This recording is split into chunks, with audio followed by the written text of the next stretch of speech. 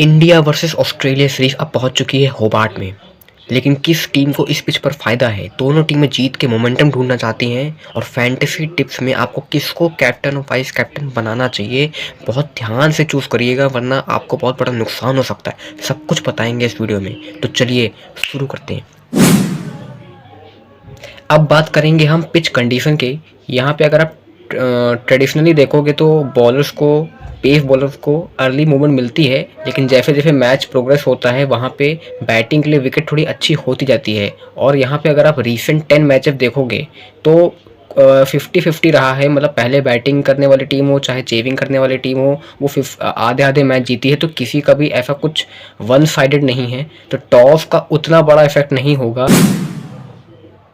अब बात करेंगे हम इंडिया की प्लेइंग 11 के बारे में। आपको स्क्रीन पर दिख रही होगी प्लेइंग 11। ओपनिंग पे आएंगे अभिषेक शर्मा और सुमन गिल। अभिषेक पर सबसे ज़्यादा नजरें रहेंगी, उम्मीद करेंगे कि एक बड़ा स्कोर आए। उसके बाद कप्तान सूर्य कुमार दिखेंगे, उसके बाद तिलक वर्मा, उसके बाद संजू सैमसन, उसके बाद आपको दिखेंगे शिवम दुबे, उसके बाद आपको दिखेंगे हमारे बापू अक्षर पटेल, उसके बाद हमारे और गौती भाई के प्यारे हर्षित राणा।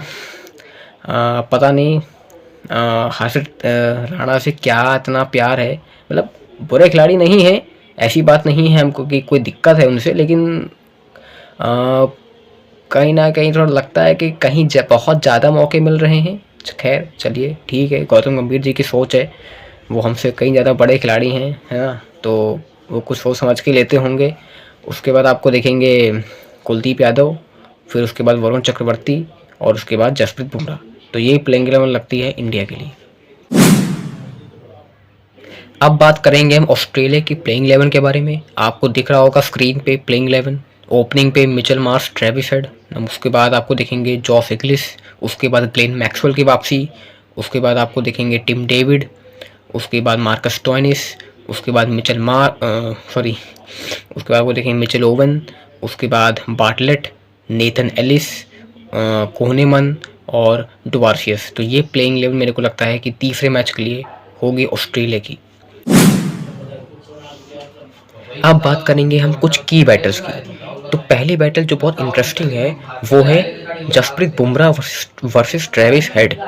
एक तरफ ट्रेविस हेड अपने एक्सप्लोसिव शॉट्स खेलना चाहेंगे, लेकिन एक दूसरी तरफ बुमराह 140 की गति से आने वाली यॉर्कर वो बहुत परेशान कर सकती है ट्रेविस हेड को। तो आप बताइए इस बैटल में कौन जीत सकता है? बहुत इंटरेस्टिंग होगी और ये मैच को डिसाइड भी कर सकती है।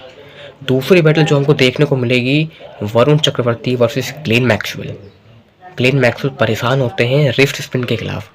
चहल ने बहुत परेशान किया था जब वो खेलते थे, तो और वरुण चक्रवर्ती की मिस्ट्री को कोई समझ नहीं पाया अभी तक। तो वो मिडिल ओवर में बहुत परेशान कर सकते हैं और ये मैच को भी डिसाइड कर सकता है। अब बात करेंगे हम तीसरे की बैटल की, वो है Varun Chakravarthy versus Travis head. अगर Travis head by chance set हो जाते हैं, हाँ वैसे तो हम उम्मीद करेंगे कि जसप्रीत बुमराह शुरुआत में आउट करते हैं, लेकिन अगर वो सेट हो गए तो बहुत खतरनाक हो सकते हैं। वरुण चक्रवर्ती का बहुत की रोल रहेगा कि उनको आउट करें। वरुण चक्रवर्ती मिस्ट्री स्पिन है, उनकी मिस्ट्री को पढ़ना बहुत मुश्किल है, तो वो आउट कर सकते हैं। आप बताइए कमेंट में, अगर दोनों का सामना होता है तो कौन बाजी मार सकता है? मेरे हिसाब से तो वरुण चक्रवर्ती बिल्कुल विकेट ले सकते हैं उनका, अगर वो ट्रेविस हेड के सामने आते हैं तो। अब बात करेंगे हम कुछ की प्रेडिक्शन की। तो पहली प्रेडिक्शन मेरी ये है कि इंडिया की तरफ से अभिषेक शर्मा और तिलक में से कोई सबसे ज़्यादा रन बना सकता है। ऑस्ट्रेलिया की तरफ से मिचेल मार्श और जॉस इंग्लिश में से सबसे ज़्यादा रन कोई बना सकता है। और अगर हम विकेट्स की बात करेंगे तो इंडिया की तरफ से मेरे हिसाब से Varun Chakravarthy highest wicket taker हो सकते हैं, और ऑस्ट्रेलिया की तरफ से मेरे को लगता है कि जेवियर बार्टलेट सबसे ज़्यादा विकेट ले सकते हैं। तो ये कुछ प्रेडिक्शन थी मेरे हिसाब से। फैंटेसी टिप्स में अगर हम बात करें तो कैप्टन मेरे हिसाब से आप अभिषेक शर्मा को बना सकते हो, और वाइस कैप्टन मेरे हिसाब से आप मिचेल मार्श को बना सकते हो।